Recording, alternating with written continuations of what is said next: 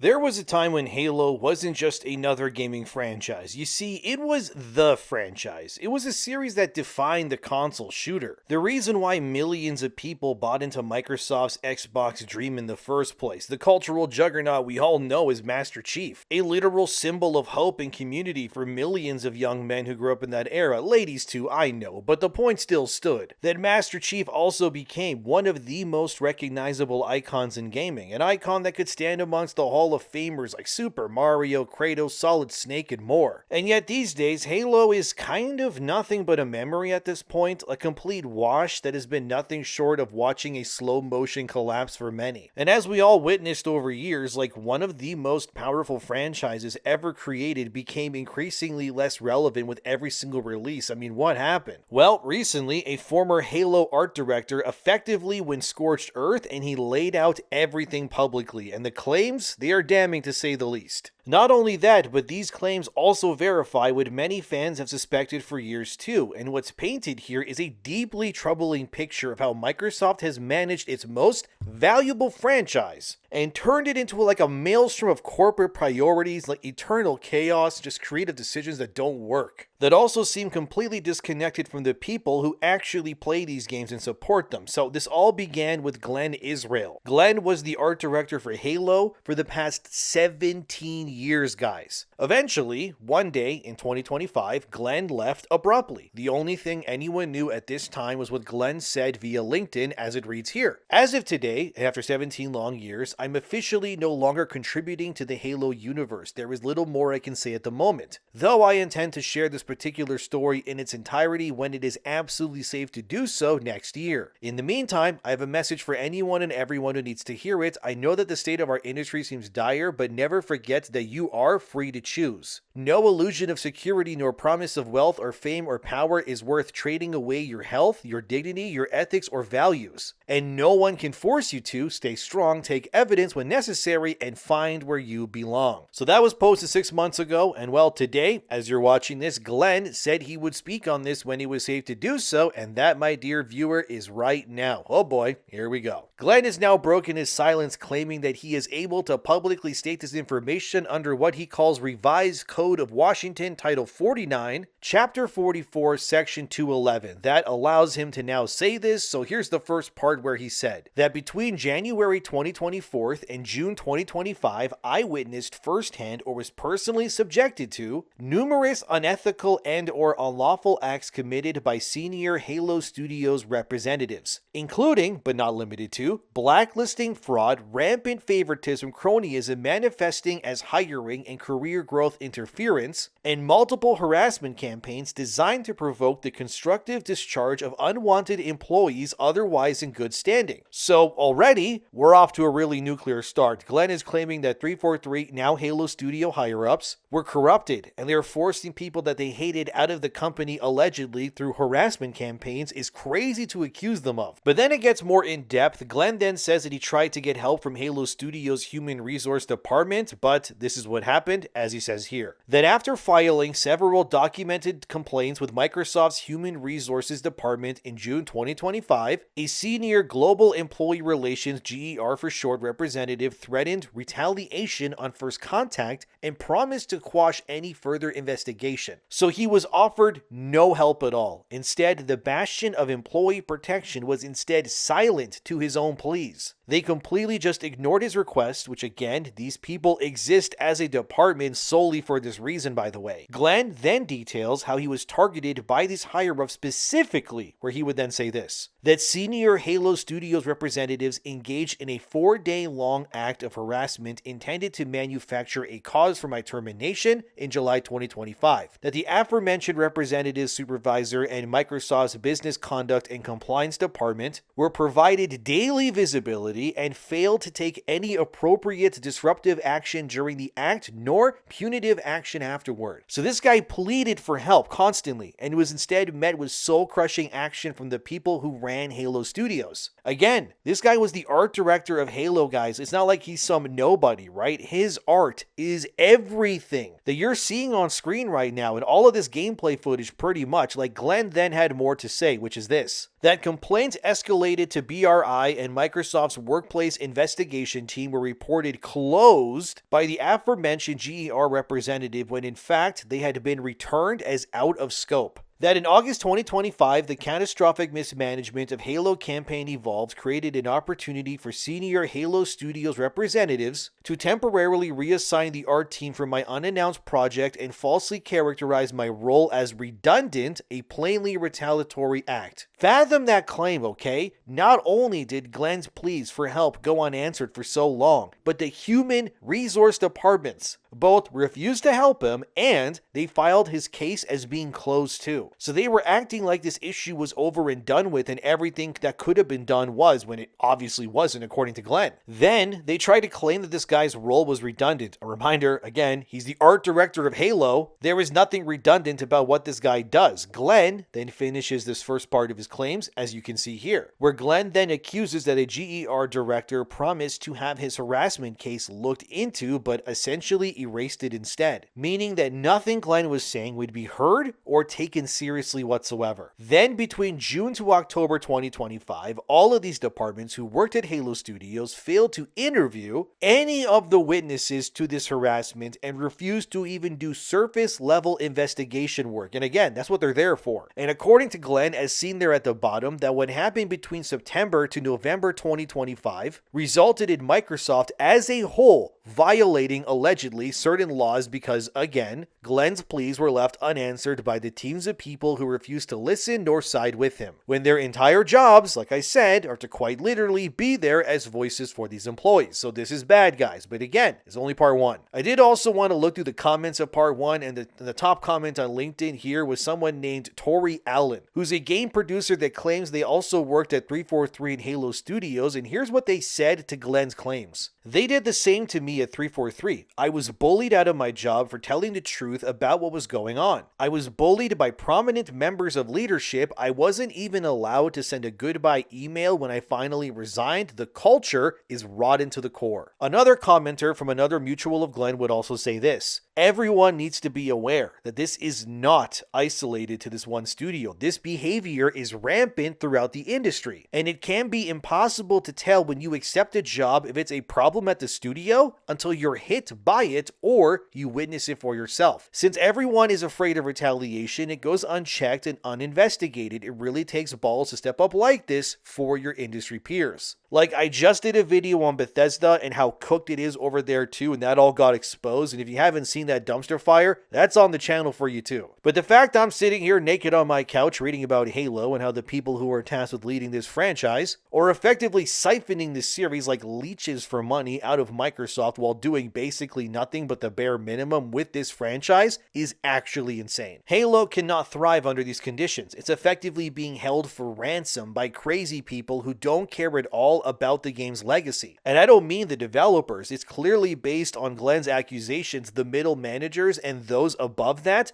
are the problem here. Yeah, this is not unique to Halo, I know. I mean, Ubisoft is or was filled with this too, probably still is, who are we kidding? But it keeps happening, man. But okay, let's get into part two of these accusations now. This part is shorter, but Glenn opens with this. Given the number of people who have contacted me privately since my original post last October, I also strongly suspect the following: that Microsoft routinely contrives or otherwise exploits layoffs to rid itself of employees who have filed proper and effective complaints, thereby masking these retaliatory acts with a thin veneer of business justification. So that is also a damning claim for Glenn to make, because if that's true, it has major implications if that ends up being the case. So I decided to ask Google about it quickly, and apparently, as you can see here, in the past 3 years alone, Microsoft has laid off roughly 30,000 employees across everything. Most of this has been because Microsoft allegedly wants to double down on AI, and things like Xbox's sales and more were the cause for these shifts because, it's not really selling. I bring this up due to what Glenn said, is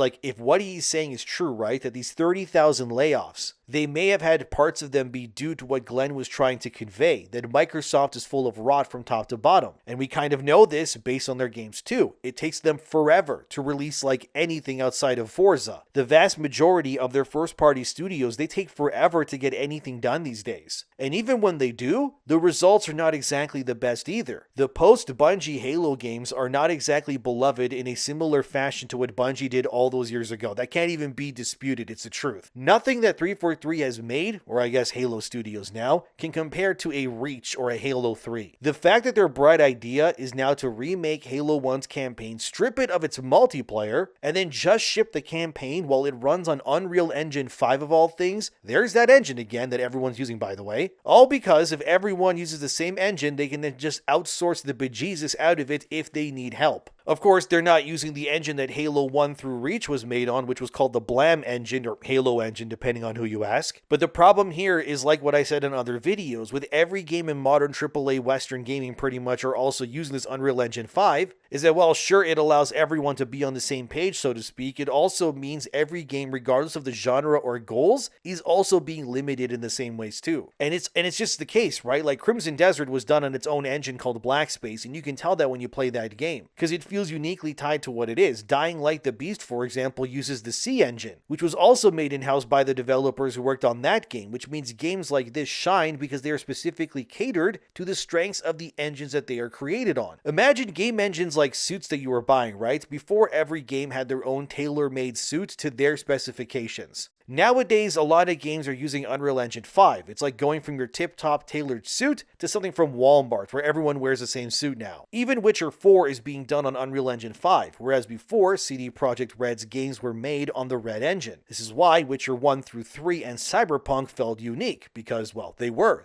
made on something that played to CD's strengths. Not anymore, I guess, but I'm gonna reserve judgment there at least until I see more gameplay of that game. Either way, the fact that Halo these days doesn't even use the engine the original games were made on is kind of insane to me. But this is how modern AAA Western game development works now. And it's proving to be a problem since, again, a lot of Microsoft's core franchises are in dire straits. And to prove my point, remember how I said the Forza games are some of the only things that Microsoft makes these days that both run well and come out on time? Yeah, well, those Forza games are made on an engine literally called Forza Tech, which was developed by Playground Games and Turn 10 Studios, who make those games. Is it any wonder why the only game series that Microsoft routinely can rely on is specifically made to run on a unique engine, and all the other stuff they make with Unreal 5 takes forever? Maybe I'm crazy, but I'm seeing the pattern is all I'm saying. But the fact that Glenn has condemned Microsoft, saying that they just lay off people who file complaints, that tells you a lot. It means that Microsoft as a whole would rather lose actual talented employees and developers over dealing with their middle management problems and then some. I guess it's just easier to not address the problem and keep letting these leeches suck these companies dry of funds than address the fact that the guys in the suits are the problem and not the, I don't know, art director of your Halo series for the past 17 years, by the way. And is it any wonder why this is such a massive blow to Halo? Because Glenn wasn't just some random person, right? Here's his credits on screen here. Glenn did art on Halo Reach, ODST, even stuff like Destiny, and the original Saints Row and Red Faction Guerrilla. This guy has been there for some of the biggest hits, so to have him leave now, it is a horrible look for Halo as a franchise. They lost the guy who helped shape the look of these games pretty much. Glenn then completely throws Microsoft's entire human resource department under the bus, where he says this: that organizations and investigations within Microsoft's human resources umbrella are deliberately compartmentalized, I can't even speak, to obfuscate responsibility and create plausible deniability. That's terrible, man. Like, what's the point of HR if they're not doing what they're supposed to be doing, right? It sounds instead like the HR departments at Microsoft only exist to protect the higher-ups and, well, not the other way around. Meaning that this whole thing is effectively pointless. Glenn then finishes his accusations by throwing Microsoft into the trash, where he says this: I know that our industry is in truly dire straits now, but as a matter of public interest, I cannot in good conscience recommend seeking employment at this organization, Microsoft he means, or continuing there if you have any other option. Your effort and expertise are not respected, you are not not fairly compensated, if you refuse to engage in political gamesmanship, your career will stall. If you object, you'll be forced out. I have the evidence. You are not safe. Let that sink in for a second, guys. The guy who did Halo's art for 17 years has been there for the entirety of the 343 fiascos that throttled Halo into obscurity, and he's telling anyone who's reading this to not work at Microsoft if you don't have to. Like, that's crazy. The fact he even confirms that Microsoft game studios are drenched in what he calls political gamesmanship is also nuts. This guy is just confirming everything we all theorized for so long, that nothing is honestly safe under Microsoft's wing. And that sucks because they own so much. Call of Duty, Halo, Diablo, World of Warcraft, The Elder Scrolls, Fallout, Fable. Did I say Fable already again? I don't even know. Gears, Dishonored. I'm definitely missing a lot here, I know. Forza even. It's all owned by Microsoft. And yet everything is now a part of this monolith that is siphoning these franchises for money so that the middle managers and above them, they get their bonuses. But they're paying these prices with the goodwill of the customers and the talent that actually makes the things that generate the money in the first place. It's even more damning considering Microsoft has their hands all in on AI, which means what exactly? Eventually, there will be no employees but these managers, I guess, and then they can just reap the benefits while nobody else can. Well, in theory anyways. It just kind of seems so dire, dude. It makes you feel gross even playing some of these games now. But what's wild to me is that Microsoft would make so much more money even for those executives if they just got out of the way of these developers. Like, isn't that kind of insane? Like, yeah, let's tank Halo and strip that ship for parts. Or maybe you should leave the people who know what they're doing there so that they can make the great content, which in turn, you'll make actually more in the long run because those franchises will actually be healthy now. But let's not do that because that would require what exactly? Effort, I guess? Actually being good human beings? Like, what are we doing here? I am definitely never getting another code to a Microsoft-owned game I am by doing this, but oh well, even if it burns that bridge, I gotta get this sort of thing out here so people actually know about it. It's more important that you guys know how dire things are. That's really what this channel is all about, of course. It's like a collective database of all the mental asylum patients in video games just doing stuff, just with my stupid voice saying it all. But Windows Central then decided to look deeper into Glenn Israel's claims against his former employer, as seen here. Threat and retaliation on first contact. As I dig into a former Halo art director's claims, I'm left questioning what else Microsoft didn't want anyone to see. As seen here, Windows Central brings up other former Halo devs who reacted to Glenn's claims of Microsoft's terrible management practices. The two people shown are Robin and Tyler, as seen there, who publicly stated that they too were forced out by 343 Halo Studios because they weren't willing to deal with that corruption either. Tyler swears a bit in his response and calls the entire thing a good old boys club, but that they were also backstab devs who,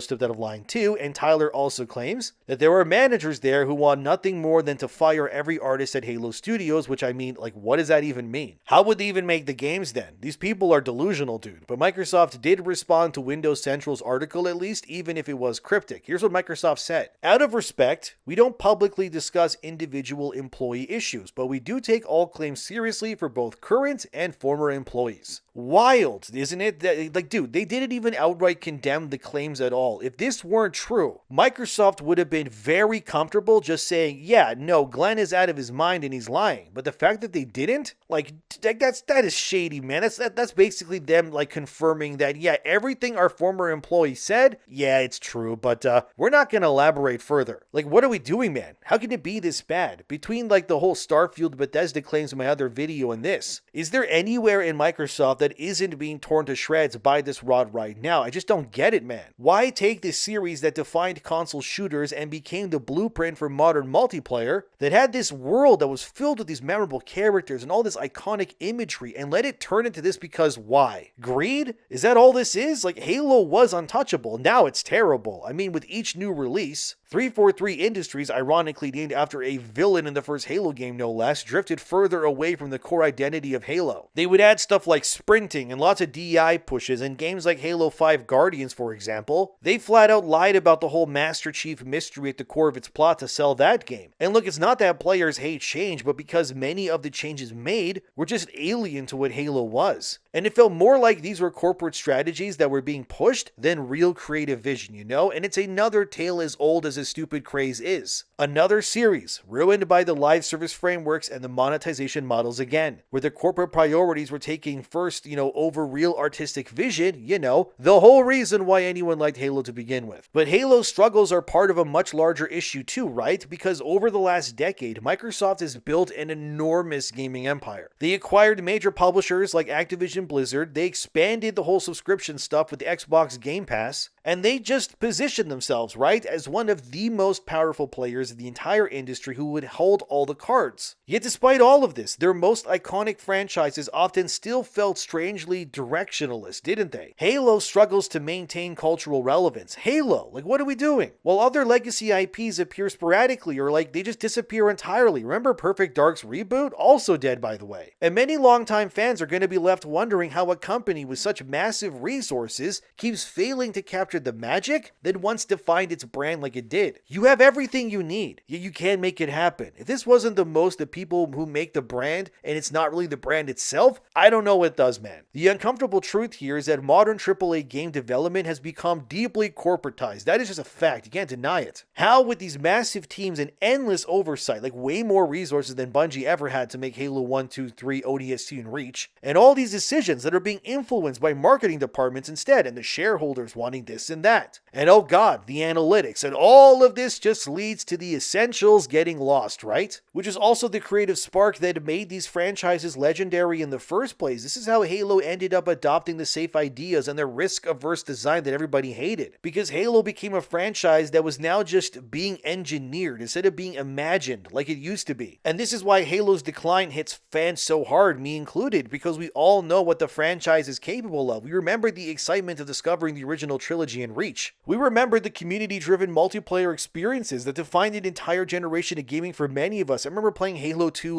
with my friends online after school every day, and watching that legacy just slowly unravel under corporate mismanagement is just incredibly frustrating to see, man. Especially when the solution seems so obvious. Just respect the core identity of Halo, focus on the gameplay. Let these talented developers actually create things without burying every decision under layers of corporate oversight and bullying tactics, you absolute morons. And if you ask me, Halo's situation isn't just a story about one struggling franchise either. It's a warning about the whole direction of the entire AAA industry where it's headed right now. This is what happens when legendary IPs become nothing but just another asset in a corporate portfolio for people who just don't care about the games in the first place. All you do is risk destroying the very thing that made those franchises valuable, man, and ironically your money makers too, by the way. Halo once represented the pinnacle of console gaming, but this massive reveal by Glenn proves that Halo's downfall wasn't a fluke or a mistake. It was by design all along. And the fact that even the most legendary franchises can fall apart when corporate nonsense replaces creativity like it does, it proves that companies like Microsoft will just continue to lose their loyalty from fans until they start respecting these brands for what they mean to so many. But maybe the slow decline of Halo is only the beginning, and the worst could still be to come in the future. Either way, this doesn't make me happy, but at the very least, it's good to know that we're not all crazy and that all it took was one art director to blow the horn like this. But man, this is so much worse than I thought. But what do you guys think? Thanks for being here. Subscribe if you'd like to. Don't let this news get you down though. It is better that you know this than you not knowing, but take care of yourselves, and I'll see you guys in the next one.